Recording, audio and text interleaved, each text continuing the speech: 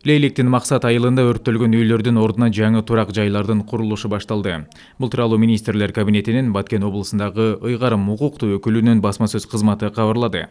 Маалыматка ылайык, Баткен облусунун башчысы Абдикарим Алимбаев Лейлик районунун Максат, Саада интернациональный айылдарында жумушчу сапары менен болду. Облус башчысы президенттин чек ара аймактарын калыбына келтирүү жана өнүктүрүү боюнча Баткен облусундагы атайын өкүлү Мамыржан Рахимов менен бирге куралдуу жаңжалдын кесепеттерин жана калыбына келтирүү жумуштарынын жүрүшүн жеринде көрүп чыгышты. Абдикарим Алимбаев жергиликтүү тургундарды сабырдуулукка чакырып, аймакта коомдук коопсуздукту камсыздоого өзгөчө көңүл бурууларын, кыска аралыкта үйлөрдү куруу, жарандардын жоголгон документтерин берүү иштери аткарылаарын белгиледи.